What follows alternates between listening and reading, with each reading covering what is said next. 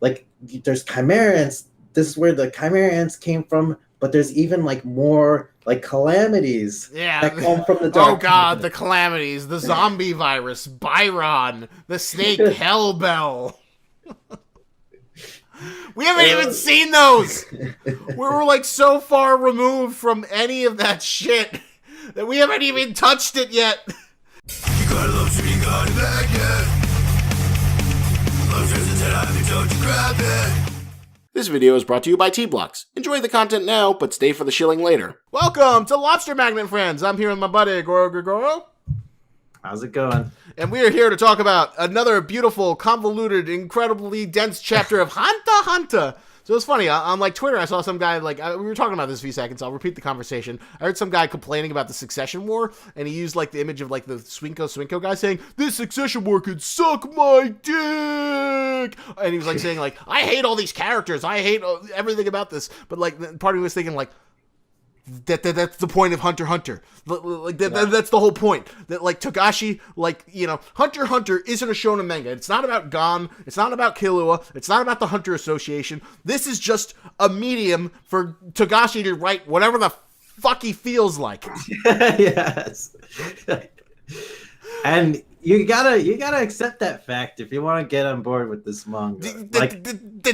That's what it is. That's what it is. Like if you just try to describe Hunter x Hunter as is, you sound like an insane person. You sound like a insane person. Like, oh, it starts out with like this Chunin exam arc where they want to be hunters, and then they got to go on a play date with a kid, and then they go to this auction city, and then they have this evil organization of thieves that fight the mafia, and then like nobody really dies, and then they just they have to acquire a video game. Then they have to go to a video game. They go into a video game world with a card game. Then they go fight furry ants for like 900 chapters while talking about the greed and duplicity of mankind. And then there's an election. But the furry ant king actually turns good for a second because he plays Chinese chess. Because he plays Chinese checkers with a disabled girl. And nobody gets to kill the even though he looks like Cell and he's supposed to be the most powerful guy ever, nobody kills him. He just dies sadly with the disabled girl he loves playing Chinese checkers. Well, technically he was killed by the malice of man. Yeah, yes, killed by the malice of man. And the dirty bomb. And anything else that would be the most conventional thing. Like, God, can you imagine the Cell tournament if Cell just fell over dead and then Goku turned to the camera? Can you imagine trying to pitch this idea of Hunter x Hunter to anybody? Try if no one ever heard of Hunter x Hunter before, and someone actually tried to audibly try and pitch the idea of the story of Hunter x Hunter. Yeah. Someone's asking so what's this story about? What's Hunter x Hunter really about? And it would just be 5 bajillion things that make no sense, that have nothing to do with each other. that sound like, they're totally all over the fucking place. It's a fucking train work. But, Togashi's so skilled that he makes it all work. So this is this is I think this brings a great point. And some things that may seem really dumb,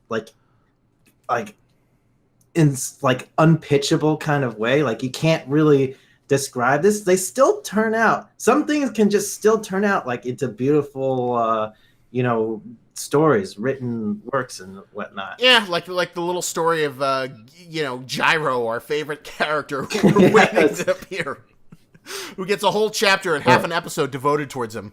Now we have a new favorite character. Oh yes, tell me about your favorite character. What I think they changed the spelling of it now. Vege? Vege? And tell us why you love Vege so much.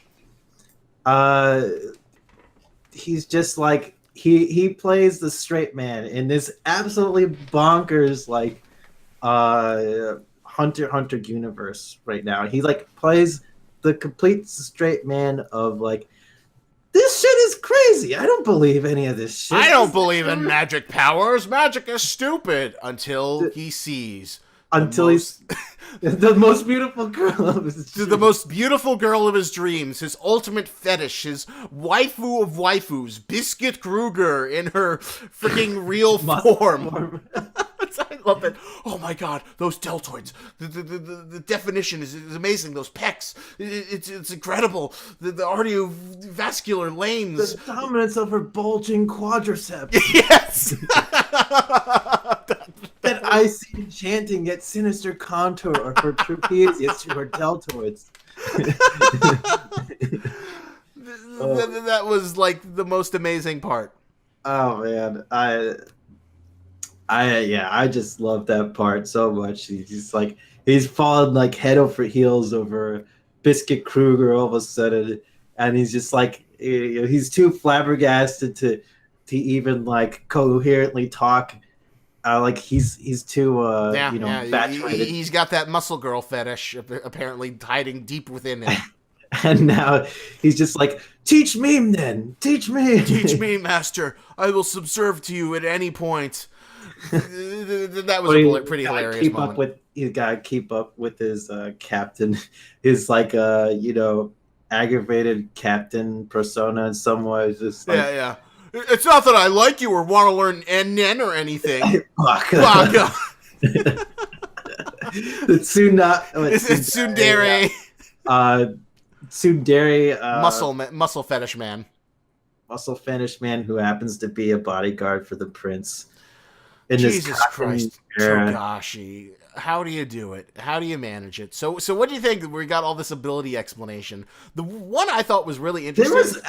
They didn't explain every single prince's beast. We got a lot though. We got a lot more than I was surprised. I thought he was gonna like slowly reveal it as like the assassination attempts came out, but maybe Togashi was like, all right, this is gonna take too long, even for me. This is what this does. This is what that does. I thought that was kind of a strange choice to only like describe a few of those Nen Beast's powers. Like why those particular princes? I have no idea. I honestly couldn't tell you why Togashi makes half of his decisions, and it's interesting. I showed you a clip for a video I'm working on, right? Yes. For a manga that's not nearly as good as whatchamacallit, Hunter x Hunter, but makes some really odd choices. And I guess the difference between something like that, which you will see eventually when I post that video, and Hunter x Hunter is that all these choices are really, really interesting, and it feels like there's much more logic and thought put into them. That versus sounds the previous choices where they're just weird, don't make any sense, and are kind of hilarious. Yeah, that's true, and don't really fit with the story. But did you dislike it when they revealed those random princes like to me? I don't think it was like the best way to go about it, but I think there's like so much stuff in the Succession War that like I was just glad for it because I'm really curious. So I wanted to know. I really wanted to know what was up with these Nen Beasts. So, like, from a writing standpoint, I'd say it was probably the laziest way to do it. But from the fact that, like, I think this arc is so overstuffed with plot lines that, I didn't mind it.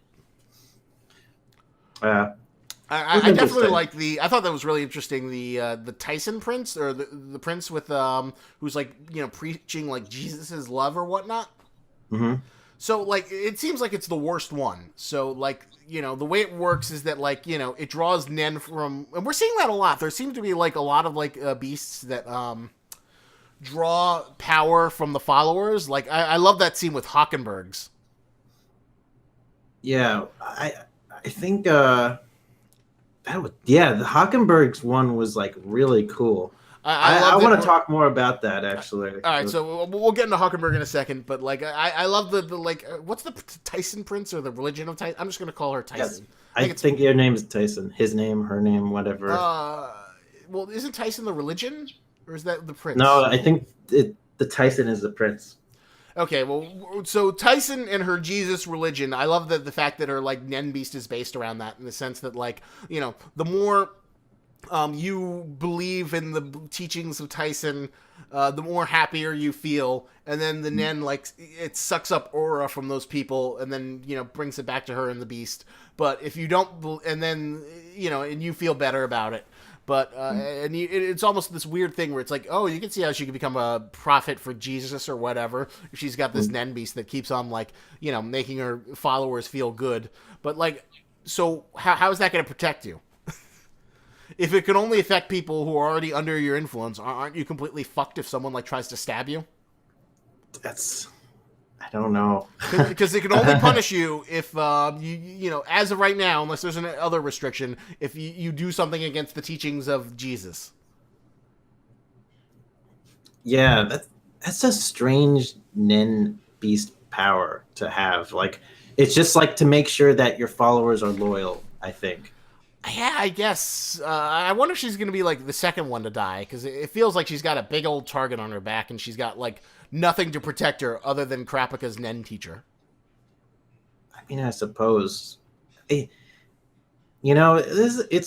interesting. Like it seems like some Nen Beasts will protect their whatchamacallit, their symbiotes. No, Well, their hosts. Yeah, their hosts. Yeah, that's the problem. That's the one you're looking for because they're parasitic. They'll protect their hosts. They'll protect their hosts in different ways, and it seems like with Tyson's case, um, that Nembis wants to protect her by making sure that she has unwaveringly loyal followers.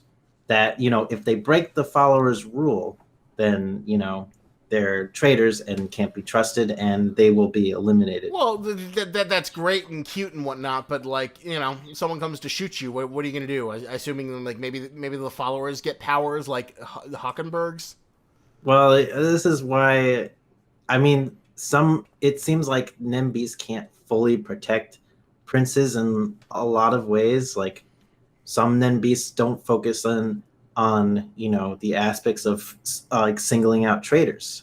Some Nembis focus solely on like fighting ability probably, and so I think the princes have to find other means of like how to make up for those weaknesses for the Nembis. Well, some do. Others are just dumb and like completely unaware of like the incredible web they're in.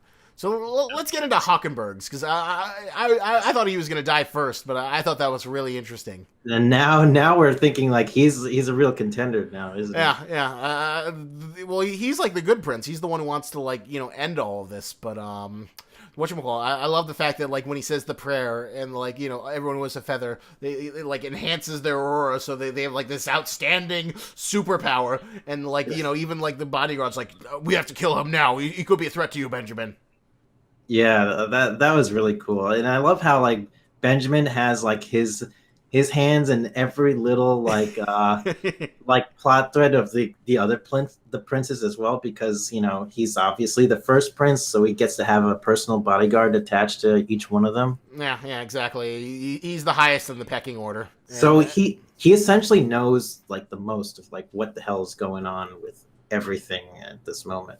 Yeah, he's got a whole system. He's got he's got it going on. I feel like eventually Togashi's building up that he's gonna have like some sort of downfall, because it feels like the deck is stacked way too much in his favor right now, and I feel like there's like some active hubris that's gonna like bring him down.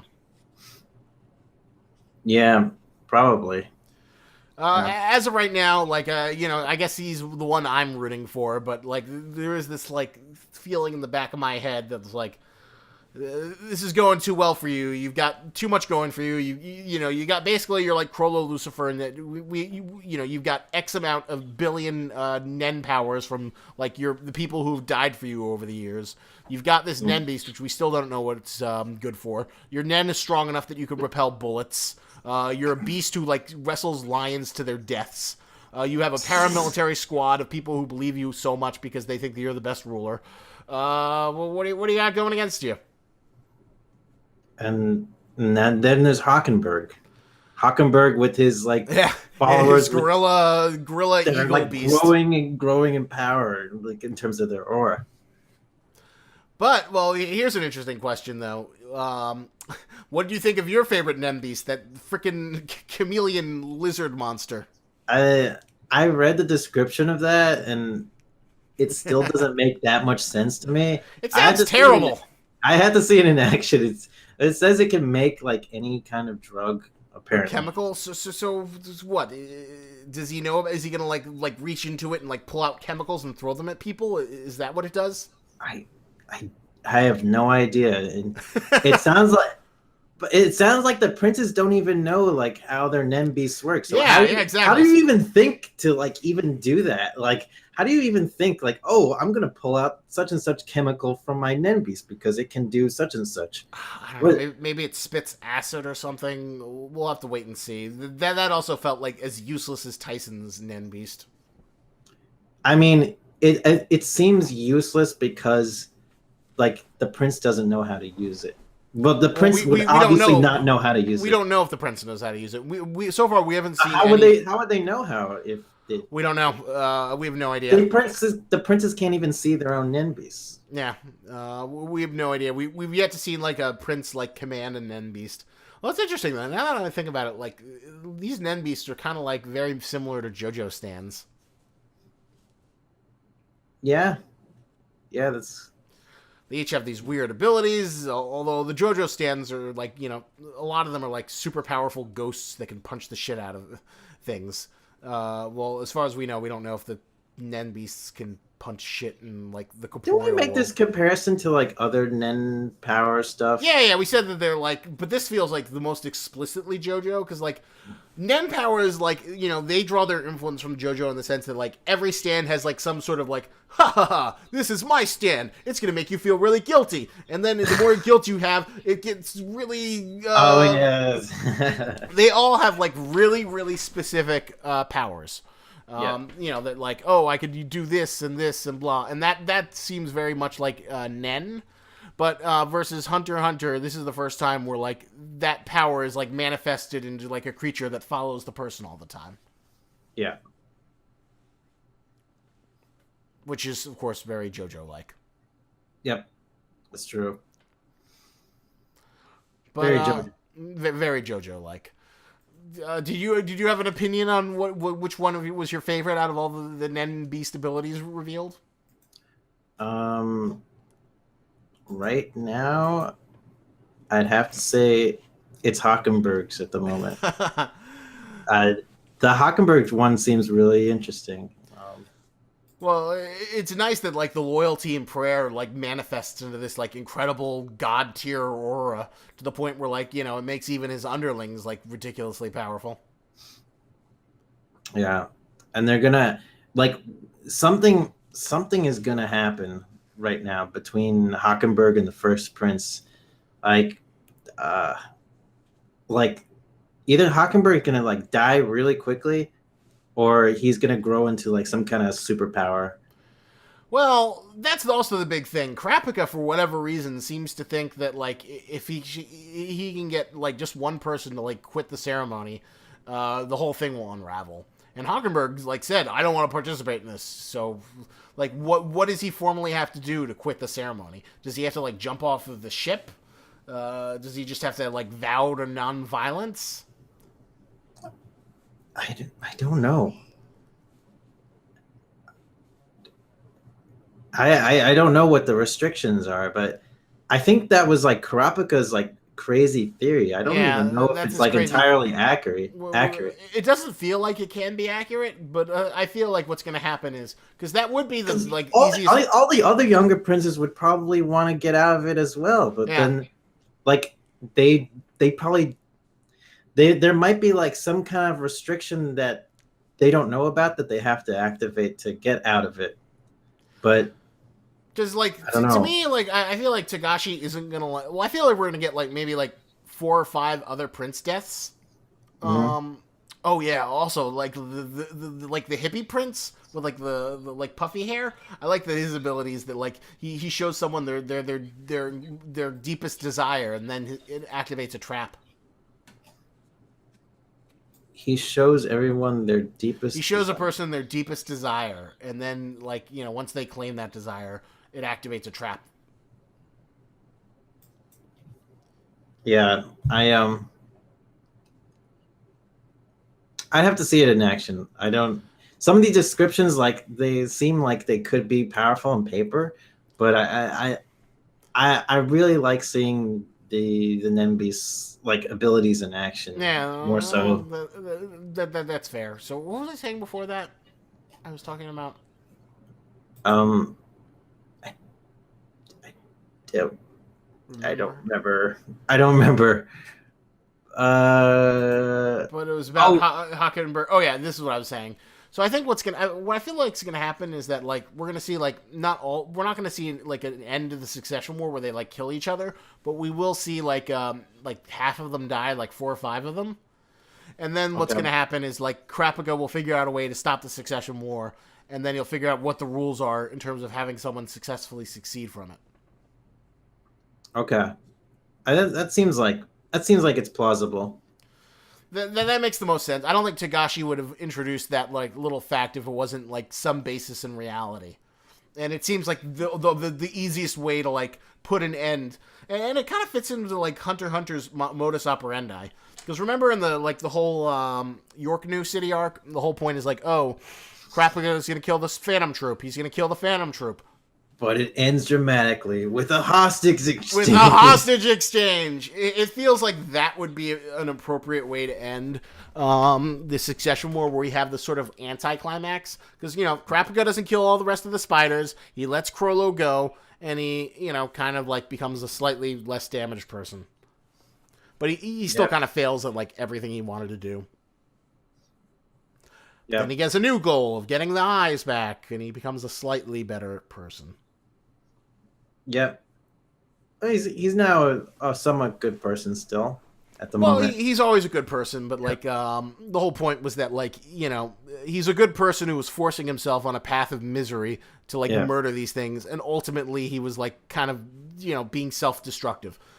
And the idea of that self-destruction is manifested in Emperor's Time, which is like it's an example of the incredible amount of resolve he has for it, his cause of Emperor's, but because the restriction is so ridiculously harsh, it's an example of him like crippling himself just because he's so fixated on his revenge and restoring his clan. Well, not restoring, but like bringing about bringing the Uchiha clan back. Bringing the Uchiha clan back.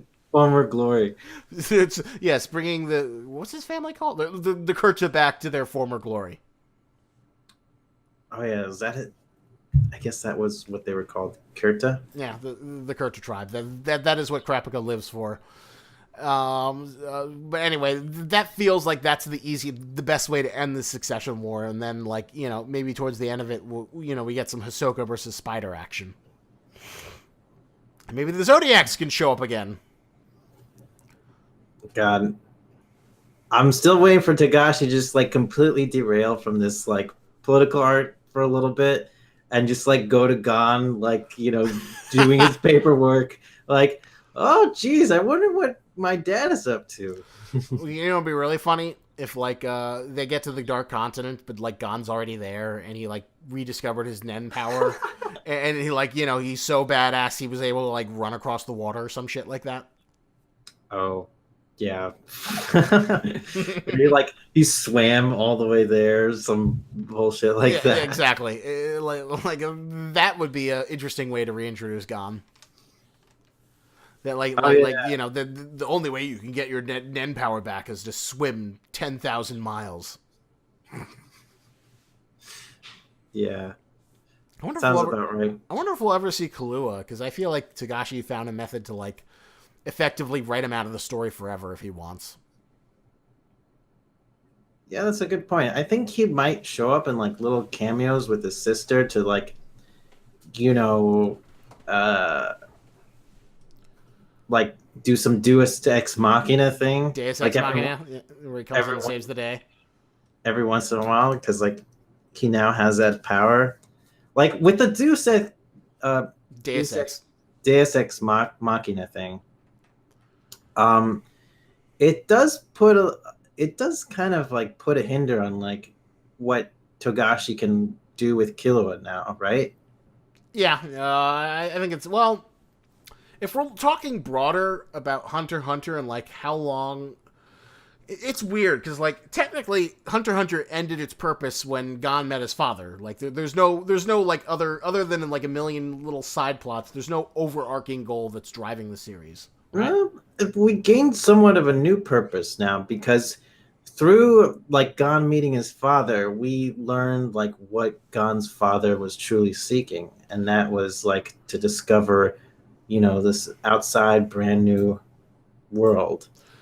Well, that's where I think like my theory of like assuming if we ever get to an end to Hunter x Hunter, like I feel like the final arc is like getting to this dark continent, and then they implied that like Gon's grandfather, Jin's father, is He's on the still dark, alive. yeah, still alive and writing this book. And I feel like that's the final arc of like them traveling through the dark continent to find Gon's grandfather. And then Yeah. we'll learn something about this dark continent, and then some shit will happen, and then that'll be the end of Hunter x Hunter, unless Togashi is like just more crap that he wants to write about. Interesting. So it's almost like Jing is like doing the same thing that Gon is, like Yeah, trying to actually, find you're his right. father. You're kind of right. That is yeah. Ging is not basically on a quest that Gon was on to find his father.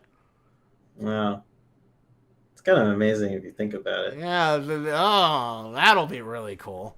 If like Yeah. Ging and Gon. Well, Ging is definitely a character I'm like dying to see more of. I can never get enough of him. Yes. I 100% agree. And to like have like a whole arc where it's just him, father and son, like teaming up, like punching weird shit in the dark continent, like doing exploration and crap, just to like find their mutual relative. And it's like then Ging looks to him saying like this is the thing I've always wanted. Well, and that was always the interesting thing about Ging is that like his idea was like, and well you've only seen bits and pieces of the 2011 anime, right? Yeah. Where do you think it stops? What do you think the last episode is?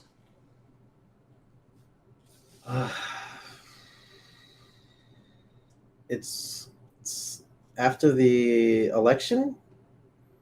What do you think is like the final thing, like the final thing? The final thing. Mm-hmm. Oh, wait, when after Gon and Jing meet up at the tree. Yep. Okay? Yep. Because as inconclusive as Hunter x Hunter is, that was like the best point you could have ended the story at. Where like, Yeah. and then it has like, in that like scene where they finally meet, it does two things. One, they like talk about the book. They show the book that they talked about in the manga, but Ging gives him a lesson that that like I don't care about the destination. To me, it's the journey. And that's sort of like the sort of central thesis of Hunter x Hunter. That like the whole point of being a hunter, the whole point of this series is that the goal isn't the most important thing. It's the journey that you take to get there, and the people that you meet, and the connections you make along the way. And that's the sort of ideal that they strive, suggest the readers incorporate to their lives, which is a very nice message. Even if Ging's ultimate resolve is like he gets bored with shit after he does it and then just goes on to the next thing. Yeah. Which you could say is like the whole it had two purposes. It gave the series like an end and gave it like sort of like this is what the point of this entire weird story that did so many things. But it also like threw in a little Easter egg saying that like once there's enough manga material, this there's a chance that we could do another anime adaptation. Yeah, for sure. And I want to see more. I want to see more adaptation of the Dark Continent. God, I remember this, when we were. This needs to be animation. Because everything Hunter x Hunter needs to be animated. Because when we were reading this, it was funny. He could have ended the whole series there, but then before the next hiatus came, he had that chapter which set up the whole Beyond Netero and the Dark Continent expedition. And then it was like, oh.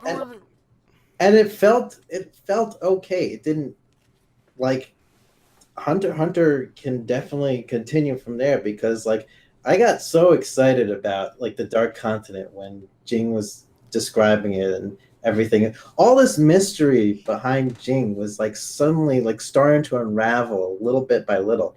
But then like adding like another mystery on top of that and somehow connecting it with the chimera ants that we were dealing with like in the previous arc. Yeah. Like that was really awesome. That's a really awesome way to do it because there's like, oh, there's even like there's chimera ants. This is where the chimera ants came from, but there's even like more like calamities Yeah. that come from the Oh dark. god, the calamities, the zombie virus, Byron, the snake Hellbell. We haven't even seen those. We're like so far removed from any of that shit that we haven't even touched it yet. We're still with the Succession War with Nen Beasts. I know. And we still haven't seen the full potential of Gyro yet. Who knows? Maybe that's how Gyro's gonna show up in the Dark Continent and like kick everybody's ass. He's like a super chimera ant, and he takes over all the chimera ants that are like in the Dark Continent, and he becomes their leader. And or maybe he's just like a complete red herring, and he doesn't show up ever again. It's just like that'd be like the best. That would be so amazing if Togashi did something like that too. Like he just never shows up again.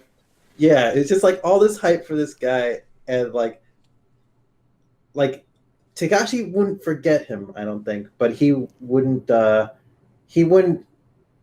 like maybe he shows up for a little bit, and then like the hype of him is just like completely not worth like not substantial enough to match like the deadliness of the Dark Continent. He just super crushed. Oh, that would be funny if like Gyro arrives there through like some secret means, and then like he just gets completely killed. Yes, exactly. Well, so it's interesting. Togashi has done that before, where like the Chimera Ant arc kind of like had all these like minor side characters, cute little side characters from the Hunter exam, like the Beast Hunter guy with his arrows. And then he gets brutally murdered, and his brain gets extracted from like all the Nen information gets extracted from his brain. The cute little girl who could control bees also gets like shot in the middle of the woods and then devoured. Yeah. Just like these really, really mean things to like these sort of like minor characters who feels like kind of excessive that they should have like such cruel, brutal ends. Yeah. Some of the ends are pretty like anticlimactic too for them. So like maybe that's what Gyro's being built up with. Like, oh my god, Gyro's back, and then he just dies to Hellbell the snake. Yeah, exactly. I think I would actually really like that. Oh god. Well, here's a wild question. How many chapters would you think we are till we actually like land on the Dark Continent? Oh god. It might be sooner than we think, because I feel like Togashi, like, sometimes he like comes up with these crazy like seemingly super fleshed out stories, but then he just completely drops them, and then they just like wrap up so briskly, end them like super abruptly, and then just move on to like the next thing. Like, yeah, that is true. I'm trying to think of an example of like something that ended super abruptly. Like, I guess the York New arc kind of ended abruptly. Yeah, the York arc ended abruptly. What about Chimera Ant kind of ended abruptly, where he just said, "Oh, the king's dead. They were all poisoned." It's a little bit, but that was more fleshed out than some of the other arcs. I think. True. But yeah, they are always interesting. God damn, so much. So, and what do you think of all the things about like the mystery of Room 103? It was funny that we had like 2 chapters of like Hanzo wondering, how am I going to find my real body? Where's my real body? But then he just like wakes up and it's like, oh, it's fine. I think that's part of the reason why the guy on Twitter was complaining. He's like, what do I care about the mystery of Room 103? I will say the mystery of Room 103 was probably my I thought the least interesting plot thread in this chapter. Yeah, I would agree. But it It's was still it's interesting that, still like, I it's guess still interesting to me though in the some way. dragon Nen Beast has this ability that I guess it like puts the room in a different dimension, kind of like it reminds me a lot of Nov's ability. Remember Who? Nov, the Oh, the doorway dude. yeah, the doorway dude who created that little pocket dimension of that space where they could like prepare their raid for the Chimera ants. Yeah, I remember that. That dude was cool. Too bad he didn't do. I did love that scene where he like has his complete mental breakdown where he like feels the aura of the royal guard. Yeah. He's like this super arrogant, like, I'm so cool. I'm doing this stealthy mission. I'm putting things around. I'm the ultimate tactical guy. And then he just sees it and he's like, oh, ah, ah, And he ages ah. like 50 years. Yeah. That was a great scene. Yeah. Although there is a part of me that wishes that like he got as much screen time as Moral eventually got. Because I'm very happy with how much screen time both of them got because I think what's his name, the door guy, Nav. I think Nav got like the perfect amount of screen time Why's that? because like Moral got a shit ton. I liked Moro too. He's like he had his shit more together than Nav, and I like that difference between them. Nav was like he kept his cards close. It's interesting. Nav sort of reflected his student, and Moro reflected his student as well. True. Like they both mirrored each other in their personalities. Well, I feel like Knuckle mirrored Nav or Moral more than Shoot did. Shoot was just kind of like. But Shoot was like he was seen as like a genius that sort of kept to himself. He was like quiet and submissive. Yeah, it was a quiet dude who didn't really stand out too much. Like kind of like Nav, but you knew that they had strong abilities, and you felt like they were competent. Like they were very competent in what they do. Because I'm trying to remember, didn't Nav only have like Shoot was Moral's student, right? He wasn't Nav's student. I think Shoot was. I swear, Knuckle. It was Nav's. Knuckle and Shoot were Moral students, and then Palm was Nav's student. Oh man, I don't remember now. I don't remember. You'd have to double check, but that's how I thought. I thought Knuckle and Shoot were, Morals, and Palm was Nav's. I thought it was Shoot for Nav because their personalities seem so similar. Yeah, that is true. I'm pretty sure that they're Moral, but correct me in the comments below. Let me know if I'm right, as we're often to do, because I can't look it up without ruining the setup we have. Yeah. So I have to get to work soonish. What would you rate this chapter? I give it it was actually one of the weaker Hunter x Hunter chapters that I've read before, but I mean the Vergay thing was fantastic. That kind of that got me going with this Hunter x Hunter chapter, and I give it like a 7.5. It's not my strongest Hunter x Hunter rating though, but I'm not at all disappointed with where this manga is going. It feels like kind of like a transition chapter somewhat. A little bit, a lot of info dumping. Togashi's like being much more forward with the Prince Nen Beast. I feel like something big's gonna happen. They're gonna like have a dinner and like all hell's gonna break loose. I'd give it 8. I thought it was a solid, good chapter. An 8? Oh, so you gave it higher than me. I don't know. I enjoyed like all the information about all the Nen Beasts. I like the fact that Togashi isn't like trying to hide it anymore. He realizes he's in a huge mess and he's got to like start showing us what the shit can do. And even if he didn't do it in an elegant, creative way, I think it's like at this point, like just get it out there, just vomit it out, so we can move on to other stuff. But you didn't.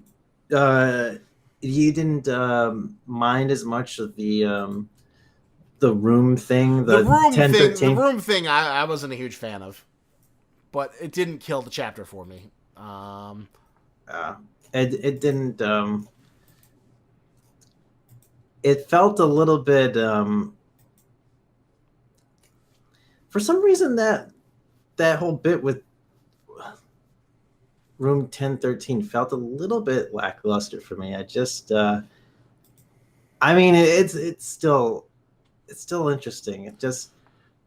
It didn't like have the same level of interest as normally these kinds of things Well, do. because like, it doesn't really affect anything. It's not like finding this room is like a crucial part of, getting in and out of this room doesn't help anyone, and it doesn't make anything easier for anyone.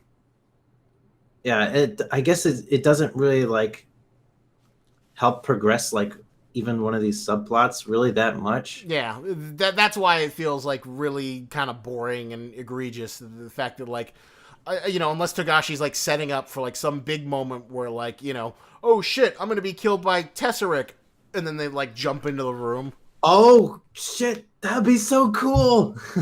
With this newfound information, they could like oh my god, I would love Takashi so much if he did something like that. Oh my god, yes.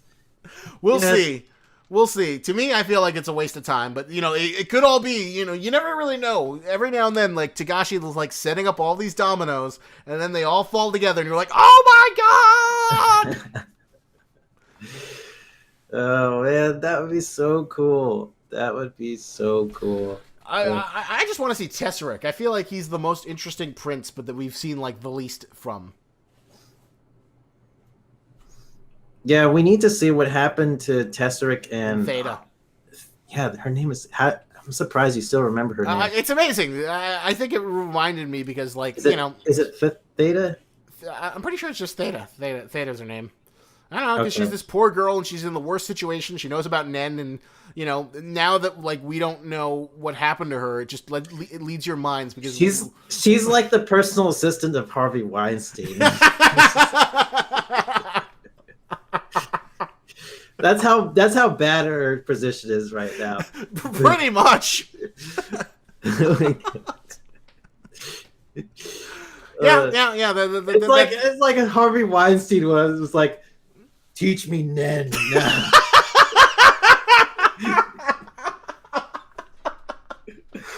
And you think I can't teach Harvey Weinstein Nen. He's the worst person to teach Nen to. No matter what, Harvey Weinstein must not learn Nen for all the poor women of this world. Because if he gets it, with his power and influence, it'll just be the worst thing in the world. Oh my god. Oh my god, it's a perfect comparison. Oh god. Yeah. So we're just like imagining the worst, and Togashi always like surprises us with how much like adult shit he gets away with in Hunter x Hunter. Like, what was that scene where like Palm like pretends to be dead so she could pretend to be like a raped woman who committed suicide because there's this like sleazy official who works with the Chimera ants under the king, and he has this little harem of like women he sleeps with. Oh, I don't remember the raped part, but like I think I remember her like pretending to be dead or something. Yeah. There's a scene before she gets transformed about how she like pretended to be that, and basically in the subtext of that scene they imply that like there's this awful official who basically like works for the dictatorship of the king, and that he just has this like his payment is this harem of women who he forces himself upon. Jeez. When I remember when I was reading that in the manga, I was like, "You really getting away with this in Hunter x Hunter? Really?" I mean, we've seen a lot of crazy shit in Hunter x Hunter now. I don't know. I guess Tagashi's just got that golden boy status, and that I made Yu Yu Hakusho. My manga still sells well, even when I go on extended hiatuses. I think it's almost because his manga is so convoluted that you can't really like pinpoint certain things like that he's doing that seems a little fishy, like and dicey. Like you know, this plot thread is so complicated. I can't really criticize you enough for this kind of like, you know, outlandish thing. Well, I mean, every now and then you get like videos like that one I can't stop talking about Crollo Lucifer, and you're like, Togashi, oh my god, you're so genius. That's why this thing is so good, but I couldn't articulate it. Oh man, yeah, that Cruella video is so good. Please watch that Cruella video. If anyone hasn't watched the Cruella video of who's the YouTuber? Alexander, I think is how you pronounce his name. Alexander. He does a whole bunch of Hunter x Hunter videos like that. Like, all of his Hunter x Hunter ones are pretty good, but that one was like above and beyond any of the other crap he'd done. Yeah.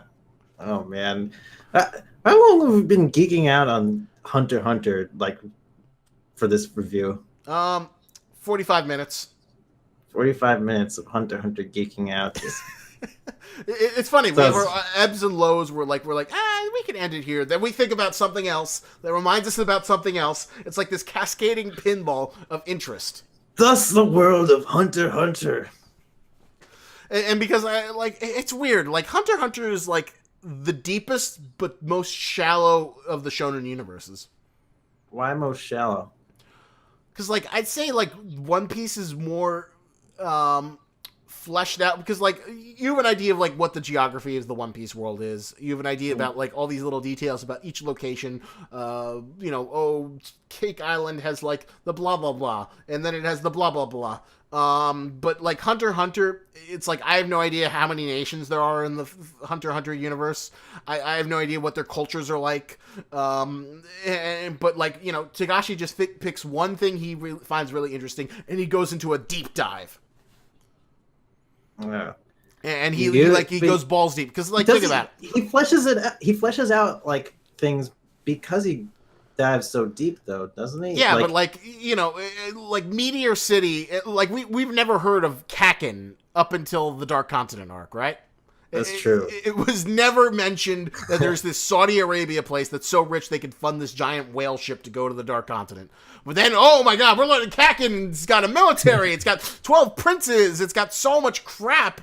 But like, Kakin never existed once before. And even in Naruto, you could say that like, oh, well, this is the fire country, and in the fire country is the leaf village. That's the sand country, or the wind country, and they have the sand village.